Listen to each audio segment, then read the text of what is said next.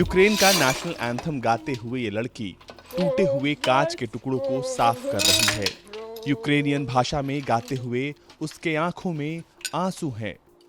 इनका नाम है कात्या और ये जहां रहती हैं वहां भी रूसी बम गिरे थे जिन्होंने भयंकर तबाही मचाई है। इनका घर उन 33 रिहायशी इलाकों में से एक है जहां पिछले 24 घंटे में भयंकर रूसी बमबारी हुई है।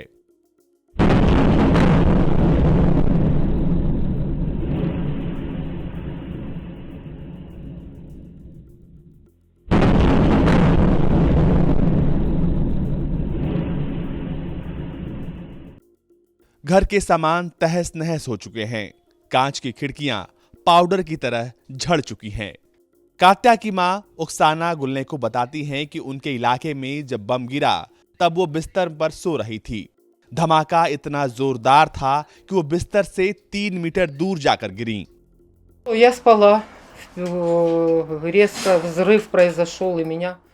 मैं सो रही थी, तभी एक तेज धमाका हुआ जिसने मुझे उस कमरे से 3 मीटर दूर फेंक दिया, जिससे मैं गलियारे में आ गई। घर के शीशे टूट गए और गली से आवाजें आ रही थी। मैं डर गई, फर्श पर रेंगने लगी।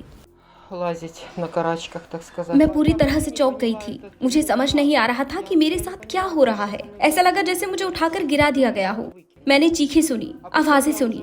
मैं उठी और देखा कि सारी खिड़कियां टूट गई हैं, कांच टूट गया है। मैंने फ्लैट के चारों ओर देखा और फिर जल्दी से कुछ चीजें, दस्तावेज जो मैंने शाम को तैयार किए थे, उनको लिया।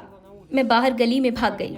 जब मैं बाहर थी 2 या 3 घंटे तक मुख्य दरवाजा खुला था।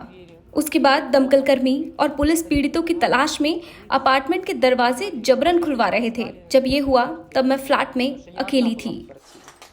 ओक्साना और कात्या को आज एक बड़ी पार्टी होस्ट करनी थी, पर जो हालात बने हैं उसमें खुद को सुरक्षित रख पाना भी चुनौतीपूर्ण हो गया है। राजधानी कीव के आसपास के इलाकों में तबाही के भयावह मंजर दिख रहे हैं। दुख की घड़ी में खुद को मजबूत करने के लिए जो भी बन पा रहा है वो कर रहे हैं और कात्या रोते हुए खुद को मजबूत करने के लिए राष्ट्रगान गा रही है।